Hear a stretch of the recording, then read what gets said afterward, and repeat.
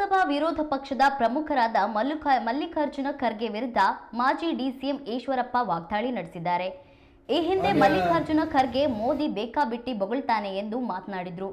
ಈ ಹೇಳಿಕೆ ವಿರುದ್ಧ ಈಶ್ವರಪ್ಪ ಗರಂ ಆಗಿದ್ದು, ನಿಮ್ಮ ಮಗ ಪ್ರಿಯಾಂಕ್ ಖರ್ಗೆ ಬೊಗಳ್ತಾರೆ ಅಂದ್ರೆ ನಂಬುವ ವಿಷಯ. ಆದರೆ ಮೋದಿ ಬಗ್ಗೆ ಈ ರೀತಿ ಮಾತನಾಡಿದ್ದು ಹಿರಿಯ ಮಲ್ಲಿಕಾರ್ಜುನ ಖರ್ಗೆಗೆ ಶೋಭೆ ತರುವುದಿಲ್ಲ. ಮಲ್ಲಿಕಾರ್ಜುನ ಖರ್ಗೆ ಮೋದಿಯವರ ಬಳಿ ಕ್ಷಮೆ ಕೇಳಲಿ, ಇಲ್ಲ ಅಂದ್ರೆ ಮುಂದೆ ಅವರು ಅನುಭವಿಸುತ್ತಾರೆ ಎಂದು ಈಶ್ವರಪ್ಪ ಹರಿಹಾಯ್ದಿದ್ದಾರೆ.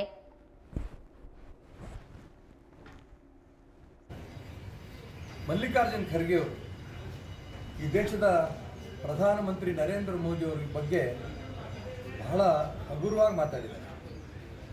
ಪ್ರಧಾನಮಂತ್ರಿಯವರು ಹೊಗಳಿದ್ದಾರೆ ಅಂತ ಮಾತು ಹೇಳ್ತಿದ್ದಾರೆ.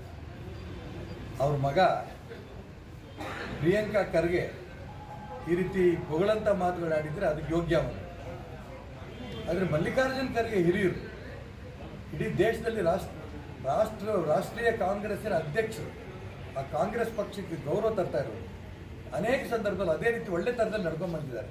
ಅವ್ರ ಬಾಯಲ್ಲಿ ಪ್ರಧಾನಮಂತ್ರಿ ಸ್ಥಾನಕ್ಕೆ ಈ ರೀತಿ ಹೊಗಳ್ತಾ ಇದ್ದಾರೆ ಅನ್ನೋಂಥ ಮಾತು ಬಳಸಿರೋದು ನಮ್ಮ ಇಡೀ ದೇಶದ ಎಲ್ಲ ರಾಷ್ಟ್ರಭಕ್ತಿಗೂ ಕೂಡ ಒಂದು ರೀತಿಯ ಅಪಮಾನ ಆಗಿದೆ.